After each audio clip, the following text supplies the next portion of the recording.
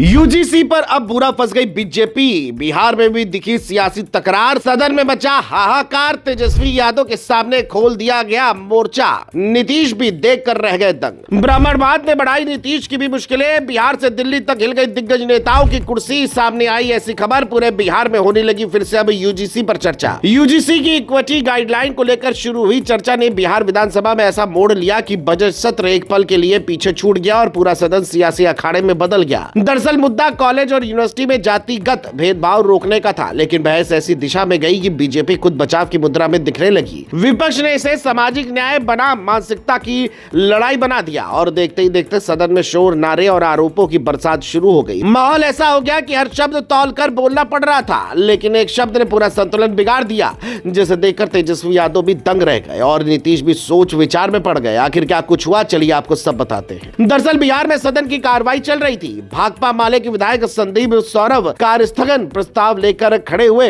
और उन्होंने साफ कहा कि उच्च शिक्षण संस्थानों में जाति के आधार पर भेदभाव बढ़ रहा है। इसे रोकने के लिए यूजीसी की इक्विटी गाइडलाइन लागू करना जरूरी है। उन्होंने आंकड़ों का जिक्र किया, कुछ घटनाओं की ओर इशारा किया और कहा कि छात्रों को बराबरी का माहौल देना सरकार की जिम्मेदारी है। लेकिन जैसे ही उन्होंने ये कहा कि इस गाइडलाइन को ब्राह्मणवादी मानसिकता के दबाव में रोका गया, सत्ता पक्ष की सीटों से तेज आवाजें उठने लगी और माहौल अचानक गर्मा गया। बीजेपी के विधायक अपनी जगह से खड़े हो गए। मुरारी मोहन ठाकुर और संदीप सौरभ के बीच तीखी बहस शुरू हो गई। उंगलियां उठी, आवाजें ऊंची हुई और विपक्ष के आरजेडी विधायक भी नारेबाजी में शामिल हो गए। कुछ मिनटों में सदन की तस्वीर बदल चुकी थी। अध्यक्ष को कई बार हस्तक्षेप करना पड़ा, लेकिन बहस थमने का नाम नहीं ले रही थी। इसी दौरान डिप्टी सीएम विजय कुमार सिन्हा खड़े हुए और उन्होंने बेहद सख्त शब्दों में प्रतिक्रिया दी। विजय सिन्हा ने कहा कि किसी समाज विशेष को निशाना बनाना गलत है। उन्होंने अपनी निजी बात साझा करते हुए कहा कि वे भूमियार ब्राह्मण समाज से आते हैं, लेकिन उनके साथ भी रैगिंग और भेदभाव हुआ था। उन्होंने ये भी कहा कि जाति के नाम पर जहर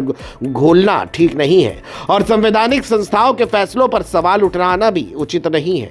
उनका बयान सत्ता पक्ष की भावनाओं को साफ दर्शा रहा था और इसी के साथ बहस और तेज हो गई। विपक्ष भी पीछे हटने वाला नहीं था। आरजेडी की ओर से कहा गया कि संदीप सौरभ ने किसी जाति का नाम नहीं लिया, बल्कि ब्राह्मणवाद की बात की, जो एक विचारधारा है। लेकिन बीजेपी से समाज विशेष पर हमला बताकर मुद्दे को मोड़ रही है। सत्ता पक्ष का कहना था कि ऐसे शब्द समाज में विभाजन पैदा करते हैं और सदन में इस तरह की भाषा नहीं होनी चाहिए। हालात इतने बिगड़े कि अध्यक्ष प्रेम कुमार को विवादित शब्द को कार्रवाई से हटाने का आदेश देना पड़ा।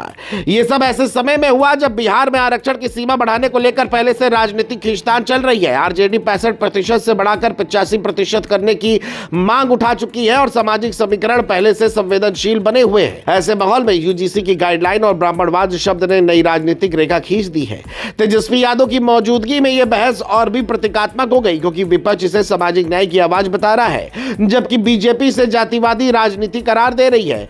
नीतीश कुमार के लिए भी ये स्थिति आसान नहीं है। उन्हें एक तरफ गठबंधन की राजनीति संभालनी है और दूसरी तरफ सामाजिक संतुलन भी बनाए रखना है। दिल्ली तक इस बहस की गूंज इसलिए भी पहुंची क्योंकि यूजीसी का मुद्दा राष्ट्रीय स्तर से जुड़ा है और बिहार में जो हुआ उसका असर दूसरे राज्यों में भी दिख रहा है। फिलहाल सदन की कार्रवाई आगे बढ़ चुकी है, लेकिन ये बहस यही खत्म नहीं हुई। यूजीसी की इक्विटी गाइडलाइन अब सिर्फ शिक्षा का विषय नहीं रही, बल्कि ये पहचान और राजनीतिक रणनीति का हिस्सा बन चुकी है। दोनों पक्ष अपने अपने नैरेटिव को मजबूत करने में लगे हैं और आने वाले दिनों में ये मुद्दा और गर्म हो सकता है।